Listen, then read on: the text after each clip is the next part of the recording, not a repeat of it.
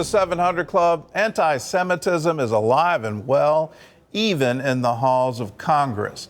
That's what Vice President Mike Pence told CBN News in an exclusive interview. The vice president was in Jerusalem at the World Holocaust Forum. He also talked about why Bible-believing Christians strongly support Israel and the Jewish people. CBN's David Brody spoke with him in the Old City.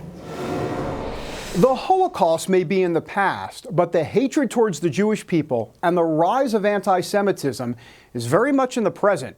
And that was part of the conversation that I had with the Vice President Mike Pence near the Western Wall. Well, there is a rising tide of vile anti-Semitism that's emerging all around the world. We've seen it result in violence at synagogues in Pittsburgh and in Los Angeles, the loss of life.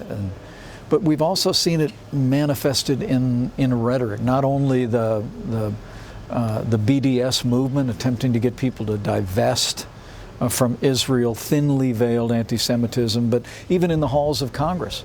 We've heard anti-Semitic rhetoric that has not been roundly and universally condemned as it should be. Referring to Ilhan Omar and Rashida Tlaib, people like that who have said, well, for people to traffic in anti-Semitic slurs and tropes and not be held to account for that is just unacceptable. The VP may be here in Israel, but the talk back home is all about the president's impeachment trial. Democrats want to see John Bolton testify. Do you have any reason to believe John Bolton has any information that would be worthy of bringing him forward?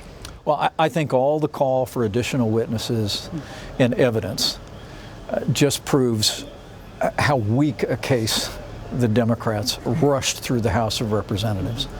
It really is amazing. I mean, this comes down to a phone call that the president made with President Zelensky of Ukraine. People can read the transcript of the call. They can see there was no quid pro quo. The president did nothing wrong. There's not even a crime that is alleged, let alone a high crime or misdemeanor or treason or bribery, and they'll reject these two articles and acquit the president. Traveling to Israel is not just political for Pence. As a Bible-believing Christian, it's deeply spiritual, too.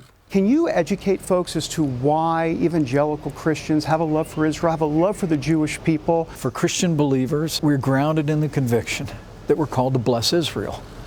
The Bible tells us that those who bless her will be blessed and those who curse her will be cursed. And really, since before the American founding, Americans called for the restoration of Israel to the promised land. And when Israel was restored in 1948, America was the first nation on earth to recognize the Jewish state of Israel. And we've been with them every step of the way because it's a heart connection. David Brody, CBN News, Jerusalem.